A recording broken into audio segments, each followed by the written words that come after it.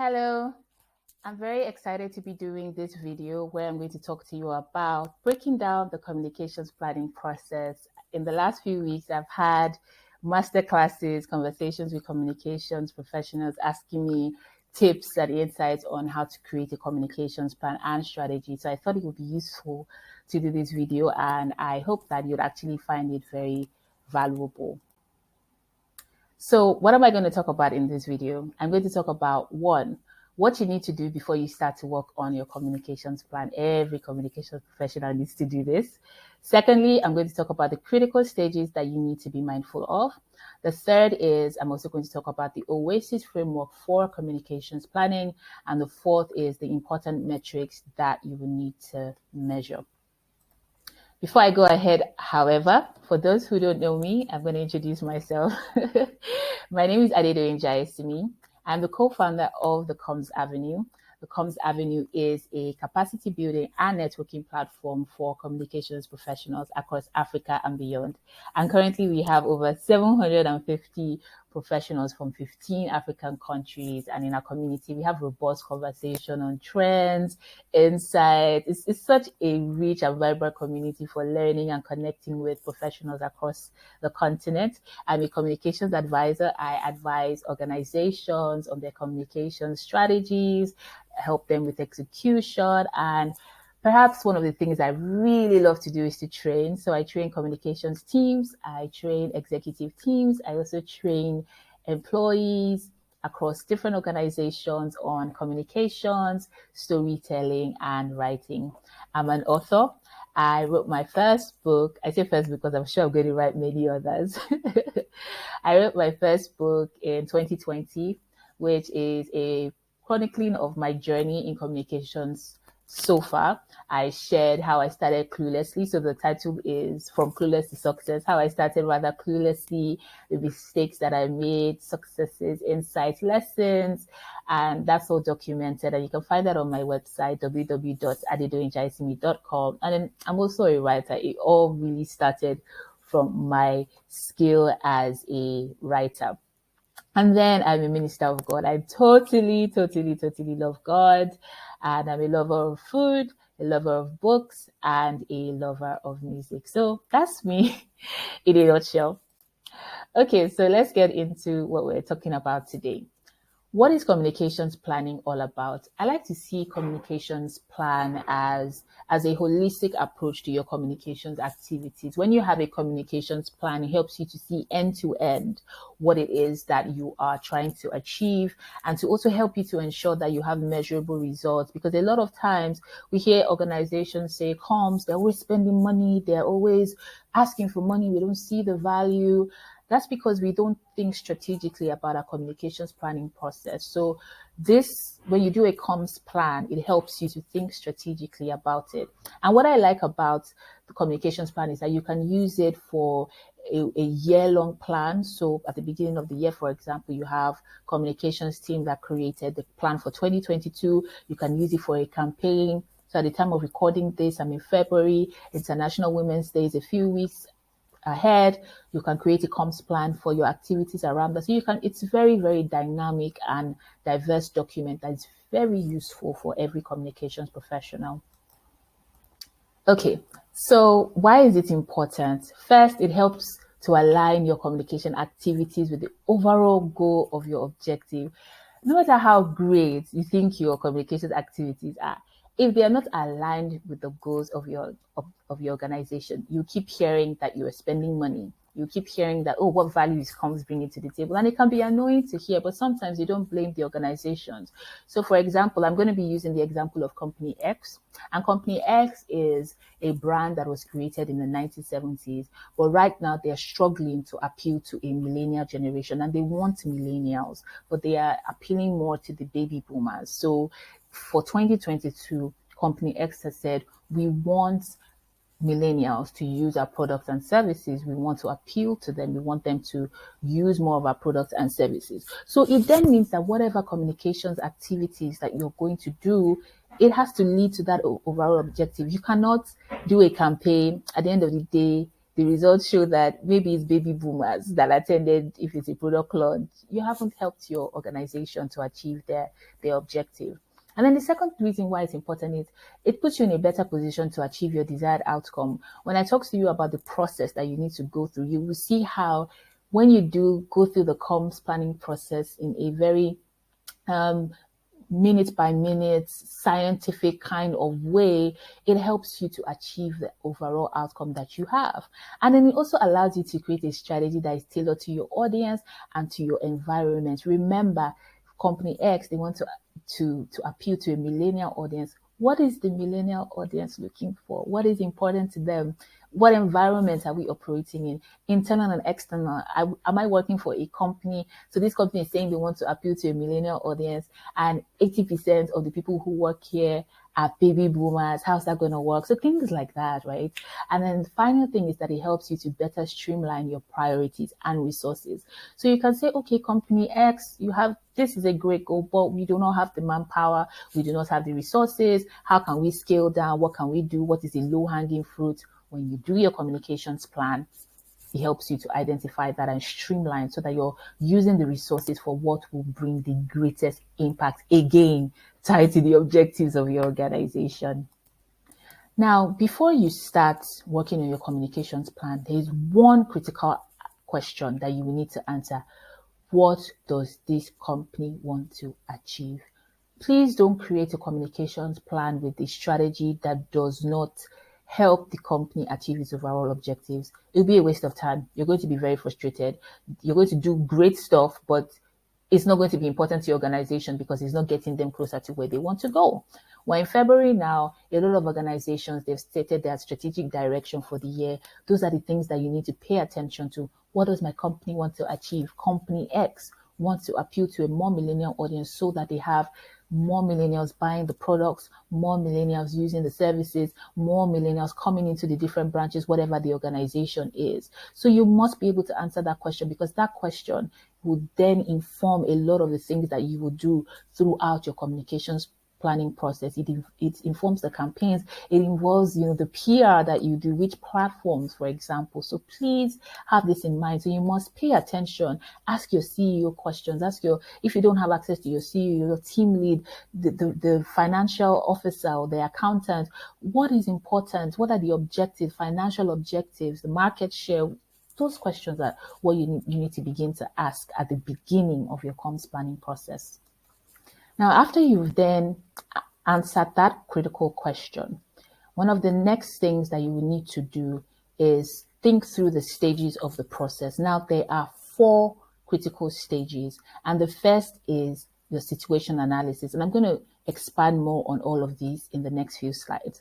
The first is your situation analysis. Then the next is strategy, implementation, which is your tactics, and then assessment, which is evaluation. So these are the 4 critical stages. You must do a check on these 4 stages. So let me start with the situation analysis. This is where you define the communication problem. This is where you go and research, why does this problem exist? So company X, they want to appeal to a millennial audience. What is the issue? You can discover through your situation analysis that there is a perception problem. You can discover that the way company X communicates doesn't resonate with the millennial audience. You can discover that actually there is a brand that is doing what company X wants to do, but in a way that millennials identify with. So you also then see, okay, maybe this industry that we're in, or this product or service that we're trying to push, is becoming obsolete. Maybe there needs to be some innovation so that we then attract this millennial generation. There's so many possibilities. That's the point. And you need to be able to establish what is happening now, what are the trends in the ecosystem, in the industry, and what is happening, because this is what would then help you to create your strategy down the line. And so when you're doing your situation analysis, you need to do the internal, then you now need to do the external. The internal is the SWOT, which we all know, strengths, weaknesses, opportunities, and threats of your organization. And you need to be able to do it, because sometimes you can create a strategy and the organization is just not equipped to be able to launch that strategy in a way that it doesn't look like it's greenwashing because of their culture, for example, because of the structure, because of so many reasons. So that's why you need to be able to do this internal analysis. What is the strength? What is the weakness? An opportunity can be, for example, maybe in the last 6 months, the brand has significantly increased the population of millennial employees. So that means that you have handy resource that you can pull in your communications campaign. You can decide to leverage on the growing population of millennial employees to drive some of the campaigns, use them as brand advocates because they will appeal more to their peers. So you must be able to do that SWOT analysis. Then you need to do a communications audit. Honestly, I can do a full video on communications audit because I feel like a lot of comms teams need to do a communications audit of their organization, because your organization can believe that it is positioned in a certain way or it is perceived in a certain way. And then when you talk to internal and external stakeholders, you realize actually there's a different kind of perception, or there's a connotation that this brand has that we didn't even realize exists. So in your communications audit, you talk to your internal stakeholders, which are your employees, you talk to your external stakeholders, you talk to your customers, you do different kind of research. But comms audit, maybe I'll do a separate video on that, but it's very, very, very important for you to do before you create your comms plan. And then your corporate culture. Does your culture allow you to achieve what it is that you want to do? If you have a culture that is still very traditional, that is still very bureaucratic, how are you going to innovate to be able to appeal to the millennial audience, to be able to make the changes that you want to make? So it then highlights to you what are some things that might pose an obstacle down the line. So for example, if you realize that, okay, the culture of this organization is very, very traditional, and the demographic we want to appeal to, they're the demographic that think outside the box. It then means, do we want to do a shift of our culture? Do we want to suggest a refresh of the brand, or should we just say, you know what, mother brand, maybe you should stay alone and let us create a sub brand or a new vertical that would appeal to the millennial audience, but is still tied to the mother brand, because the mother brand is just too rigid in its culture to be able to pull this off. And then you do your external analysis. What are the industry trends? I love to go on Deloitte and just read insights. They have insight that covers banking, manufacturing, different industries. And the reason for doing this is because you want to be futuristic in your comms plan. You want to create a comms plan that allows you to execute activities and strategies that will put your organization at the forefront, that is forward thinking, ahead of trends, ahead of its peers, its competitors. So it's very important to be able to do those industry trends. You could also do the personal analysis where you're looking at, okay, what is the political environment? This just gives you more insights about your organization. What are the threats facing this organization?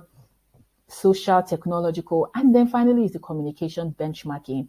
How is this organization, or how does this organization communicate vis-a-vis its peers in the industry? Are the peers in the industry or the competitors, are they connecting to a millennial audience because they are on TikTok, for example? Do we need to be on TikTok? Or do they stick with Instagram, but they've leveraged how to use Instagram? You need to be able to answer these questions, because again, these questions feed into your strategy. Now, once you've done that, you've done your internal analysis, you've done your external analysis, you're going to get a lot of data. Then you then go into your strategy, which is the second stage of the process, where you define the approach to tackle the problem and meet the objective. So we've said the problem is, for example, this millennials think that this brand is for old people, is not appealing, they just don't connect with the brand. So how are we going to change this to help our organization to appeal better to this demographic? So your strategy is essentially answering the question, what should we do and how? And then you move on to the next stage, which is implementation. What are the tactics? What are the things that we're going to do to execute this strategy that we have created? So that is the how and when do we do it? And then your assessment, where you then evaluate and measure. This is so important. I'm going to spend some time later on talking to you about what you should evaluate, what you should measure, how you should do it. And you're essentially answering the question, how well are we doing? So those are the 4 critical stages that you must tick. Literally, remember I said It is a scientific process. There are bits and bobs of creativity when you get to the strategy and the tactics, but it is actually a scientific process, and it's good for you to see it that way, so that your communications plan, your strategy, literally is evidence based. And so I want to talk to you about a comms planning framework that I use. I really, really love this comms planning framework. And there's so many out there. There's Stack, there's Core, but I like the Oasis because it's very simple. It's easy to remember, easy to follow. And Oasis essentially starts with the objectives, goes into the audience insights, goes into the strategy, goes into implementation, goes into the scoring, which is evaluation. And you can see how this already ties into the 4 critical stages that I already mentioned, which is why I like this framework. So let's start with the objectives. Now, your objectives is where you outline what you want to achieve through the communication activity. So we've already identified the communication problem. We've already identified the goal of company X. Now it's time for us to craft the objective of this communication activity in this plan that we are creating. Now, these are the things that you need to know about your objective. They must be SMART. I'm sure a lot of us know the SMART model. It needs to be specific, measurable, achievable, relevant, time-based. Again, it needs to be aligned with the goal of your organization. And then it needs to be precisely defined. Don't be vague about it. So, for example, company X wants to appeal to a millennial audience. You cannot just say, oh, our objective is to get millennials talking about the company X. No, that's not what we want to do. There's something that we want to have or achieve as a result of that. You need to state it in your objective. And that's where the last point is, it's tied to communication effects. So either you want to create awareness, or you want to change perception, you want to promote action, you want to change behavior, you want to stop an activity, you want to get them to buy, whatever it is, you need to stick that in your objective. And on this next slide, I've given, so here's an example of an objective for company X using the SMART model.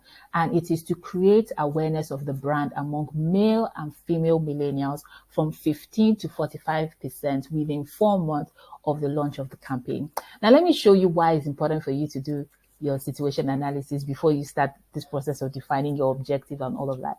You see, this objective is saying that we want to achieve a 30% increase in brand awareness within 4 months.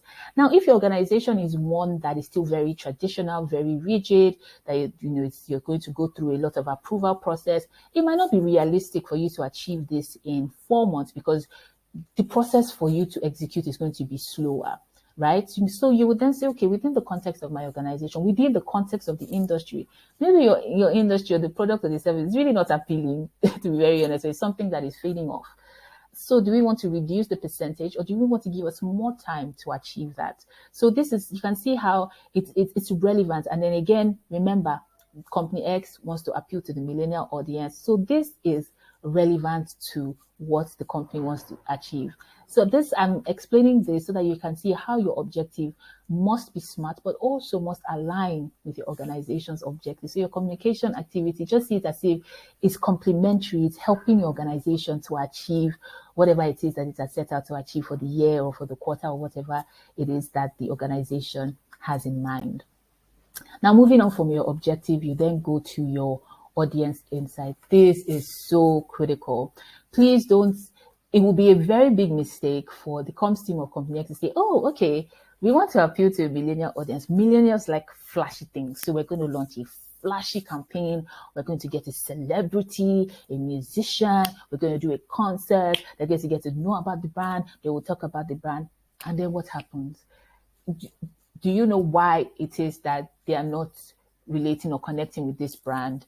Is it because the brand is not flashy? Do they expect the brand to be flashy? Okay, they attend this concert, then what happens next? So you must get insight. You must speak to your audience. Don't make assumptions. And this is very crucial if you want your communications plan to be effective and to yield results. So you need to get insight from your audience and about them so that you have a full picture of who they are, how they behave, what they think.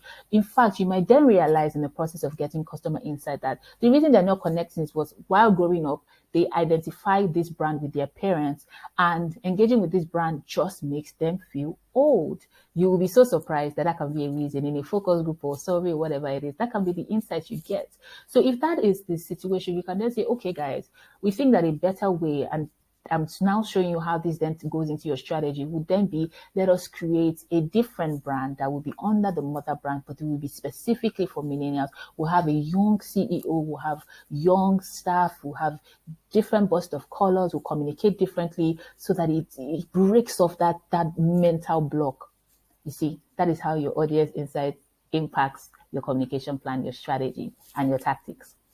So define the who, engage, don't make assumptions, and then use your insights to map out your strategy. And then we come to the strategy. So your strategy is the overarching how of achieving the goal, the big idea. And again, please, it should be based on your insight, should be based on your situation analysis, based on your audience insight. This is where it becomes really scientific. Your communications plan, your strategy really needs to be evidence-based. It really needs to be about insights. That way, you have results. You're not going to be frustrated at the end of the process and like, oh, we didn't achieve what we set out to achieve, because you didn't follow the results from the research, the findings from the insight, the data. And this is where data also comes in, your data-driven communications. Your strategy needs to be very, very tailored to the insights you obtain. So here for Company X, I've just written out an abridged version of the objective because I want you to see how the objective ties into the strategy and then ties into the tactics. So Company X wants to increase brand awareness among millennials by 30%. So you can then say, okay, a strategy we're going to use is we're going to create platforms for millennials to have conversations that are important to them. This is because, for example, we got the insights that millennials are very distrustful of brands because brands are self-serving. Brands want to tell them what to do without listening to them, or they don't feel that the brands actually care, that brands focus on making profit. So your strategy is saying, look, let us pull them in by creating a platform where they can have those conversations that are important to them. Now, another dynamic of this strategy, and I'm just going to tie this back to corporate culture and the internal analysis, is, for example, you can decide, okay, we're going to touch controversial topics that other brands will not touch, controversial topics that are important to millennials. However, if your corporate culture does not allow for that, it's going to be hard for you to execute it. It's going to be hard for you to get executive buy-in to implement this. So you see how it's all very interrelated, and it flows, one thing flows to the other. So the strategy here, based on the insights, is to create platforms for millennials to have conversations that are important to them so that they feel heard, they feel like, the company really cares about them. And then one of the tactics would then be to launch a youth-focused website and digital magazine for millennials by millennials. You can then decide, you know what, this platform, this digital magazine, the voice will be our young millennials or the millennials in our organization. We're going to look for millennial influencers. We're going to go into the universities and engage the millennials. This is how, it feeds. It's almost like I see it as a layer, all tied, remember, again, to the overall objective of Company X. And so when you then think about that, you've outlined your strategy, then you go to implementation. What tactics are you going to use? What approach will you use to deliver and execute that strategy? And you typically have the PISO model, which is paid, owned, shared, and earned media. So the website that I mentioned before is going to be under owned media, where you can then have your content, you have your blog posts, you can have a variety of content on there, your influencer engagements, influencer engagements, falls between earned and shared media. You can decide, okay, we're going to do a PR publicity. So for example, if you then decide this is going to be a standalone brand that's going to be separate from the mother brand because it will be difficult to do it authentically through the mother brand, you can then do a PR campaign. There's so many tactics that you can use, but it needs to help you to achieve your overall objective. Don't go and say, oh, you know what, guys, let's do a fashion show. And the fashion show doesn't allow you to achieve the objective that you have set at the beginning. It might be good, it might be trending. And this is where you need to think about, okay, what's trending versus what is good for the organization. So for example, podcasts are trending now. But does your organization really need podcasts? Is it going to be sustainable for your organization? Is it going to be authentic for your organization? Are your employees going to engage? What is going to make your podcast different? So there's so many things to consider, but there are many possibilities. That's the point that I'm making. However, the possibilities are defined under the umbrella of the data and the insights that you've got from your situation analysis, as well as your audience insights. And then finally, perhaps most importantly, is your scoring. That's your evaluation. As you execute, you need to ensure that you are measuring the right metrics. Again, we hear this comes, they're spending money, they're not seeing the value, because we're not giving them metrics that aligns with what the language of business, what businesses understand, what the CEO understands. So when you say, oh, but we got 10,000 followers, we got 1 million impressions, those are good metrics. They're not bad. But in the context of what's important to the organization, what does that even mean? So you must be able to craft the important metrics that your organization then is able to trace the value of your communication activity to business KPIs. So you need to know what you need to measure, and you need to know how. You need to tie those metrics to your objectives. You need to establish your KPIs throughout the planning process so that you'll be able to measure. So for example, company X, maybe part of the things that company X, from this awareness, there's also an element of market share. So you can say, okay, what is our market share now? So you can start with knowing what the market share is. Now, start with share of voice. Share of voice before we launch this campaign is so, and so. After 4 months that you have launched it, has that share of voice changed? And then after the 4 months, has that market share changed? And you can say, okay, as our share of voice has increased, our market share has also increased, and our share of voice increased because of this communication activity. So there is an indirect relation between the two. We don't bring cash physically into the organization, but we bring intangible value that impacts on market share, that impacts on reputation, that impacts on different things that are very, very important to the business. So, but if you don't establish these things, if you don't know what they are, it'll be difficult for you to measure and monitor on the go your outputs and your outcomes. Because when you monitor on the go, you can see, millennials are not really responding to this. What do we need to tweak? How do we need to change it? So it's not that you now get to the end of the campaign and realize, oh, this didn't work. When if you were monitoring as you were going, for example, the website, you will see that, oh, in terms of clicks, we're having more females. Why is this happening? What do we need to do to get males? So you realize people visiting the website are still the baby boomers or Gen Z, or that, oh, should we include Gen Z in this? So many possibilities. Again, you just need to know what you should measure. And I just want to share with you briefly some important KPIs to measure. I'm going to share on the next slide. I've created a guide that has more details about the KPIs and metrics to measure and the tools that you can use, paid and free tools that you can use, because I really, really want us to be strategic about our communications plans, because communications is a strategic function, but because typically we've been spending money, we've not been reporting well, we've not been reporting in a way that businesses understand, CEOs understand, it looks like we're not adding value. So I've created that document so that you can use that as a resource to monitor and evaluate your communications activities and measure the right metrics that will be important for your organization. So the first is the formative KPIs. And what the formative KPIs do is to determine, was your communications plan effective? Was it efficient? Was it adequate? So for example, let's say part of the tactics under the plan is that we're going to do a launch event, and you realize that in terms of immediate response, the people who attended were the baby boomers. The millennials didn't attend. So there's a problem there, right? So you need to know, was this effective? Was it efficient? Did we get the right message to the right target audience using the right channels? Your summative KPIs helps you determine the intangible value that your communications activities bring into your organization. And that's in terms of reputation. So you might realize for company X, but at the end of 4 months, because of this communication activity, their reputation ranking has increased significantly.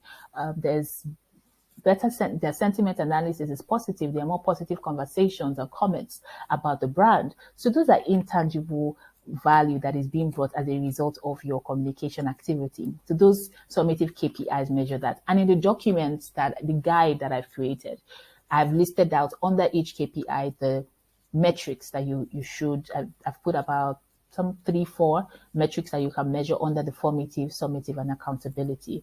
So the final one here, the accountability KPIs, help you to measure, so the intangible value, did it have an impact on key performance business metrics such as profit, such as market share? Yes, we don't bring money into the organization, but maybe by virtue on the increase in reputation, that also had a significant impact on the increase in the company's market share, which is very important for organizations.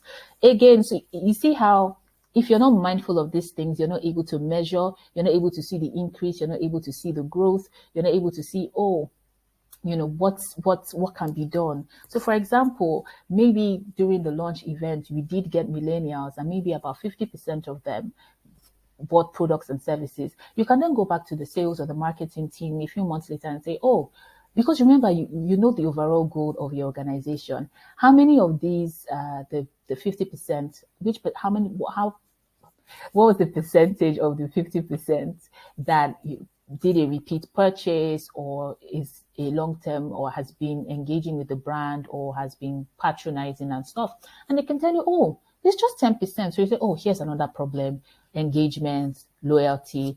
What campaigns can we run to boost customer loyalty? And then you run the campaign. A few months down the line, you then go back, ask them, has this increased? Oh, yes, it has increased. It's now 40%. We even have new customers. Then even before you launch the campaign, you check the Net Promoter Score. Net Promoter Score is essentially where you look at the likelihood of your existing customers to recommend the brand. And then you check again after the campaign and you see, oh, the Net Promoter Score has increased. So there's so many things to measure, and you can see how when you're reporting it, you are establishing the value of your activities.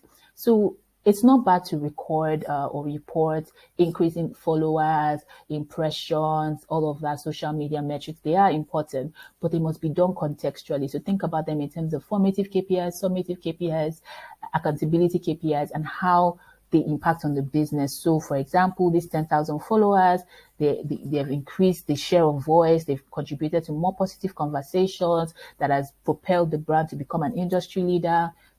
There's so many examples. Here are some other things that you can measure: sentiment analysis, where you see conversations about the brand, are they positive or negative? Net Promoter Score, which I talked about before. Return on objectives, what was the objective we wanted to achieve, and how the activities that we did, how did it help us to achieve those objectives? And then share of voice, so the conversations that are happening in this industry, what percentage does this organization dominate? So these are just some of the important KPIs that you need to measure. And like I said in the previous slide, I've created this comms KPI guide. So you can download this comms KPI guide using this link, bit.ly/comms KPI guide. And essentially, you find information and tools to be able to effectively measure your communications activity using the metrics that are important to your organization. It has to be relevant. It has to be important. At the end of the year, in December, when company X is saying, oh, we got this profit, we achieved this, they can be able to ascertain that a percentage of this came from the communications team because of the activities that they had done in the course of the year, because the communications team has been measuring, has been evaluating, has set the KPIs that was tied to the objective of the organization. So please download it, use it as a resource, refer back to it. There are tools that would help you to monitor important metrics for your organization and for your communications activity. So we've said a lot. Let me recap the oasis. So you're looking at you're looking at the objectives, you're looking at the audience insights, you're looking at the strategy, you're looking at implementation, which is the tactics, and you're looking at scoring, which is evaluation. So let me just do a general recap. Always, always, always start by thinking about your organization's overall goals and objectives. I don't think I'll say too much here because I've said a lot.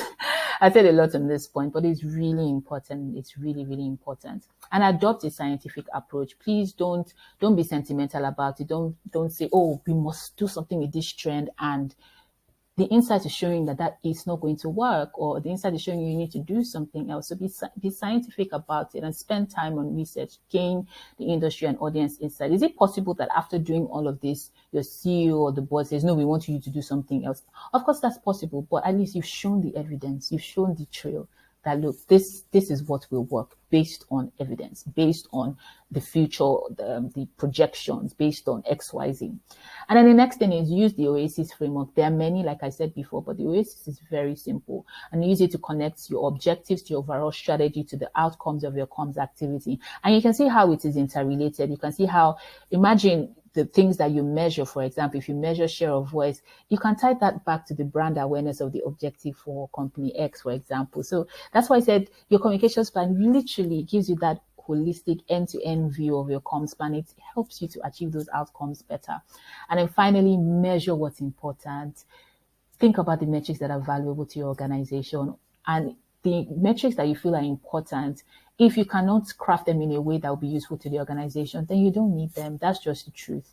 And so measure what's important and relevant. That relevance to your organization is so important, so that they can define, this is the value that comes brought to the table, because you've written the numbers, you've written the percentages, you've measured correctly and accurately. And it also requires you to ask questions. I love asking questions, because when you ask questions, you then get information that is important for you that you can use in your comms plan. Where does this organization want to go? What is this organization's ranking? Where was it before? The person that is number one, what are they doing? The person with the largest market share? Is there a stiff competition with the just ask questions, and that would be very, very helpful. And really, that's the end of this video. Thank you for sticking with me. I hope that you have found this valuable.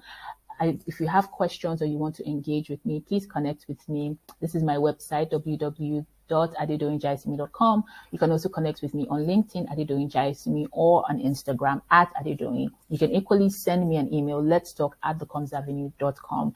I love to teach, as I said before, I love to train. So if you want me to come and train your team, either your communications team or even your employees, I'm a big advocate of training staff on communications, on writing, because employees are now brand advocates, and that's another webinar on its own. But they are brand advocates, and how do they talk about your brand? How do you train them to be able to push out the right key messages about the brand? So that's why I always advocate, don't just limit the training to your comms team. Train your employees, let them, because a lot of them are active on social media anyway.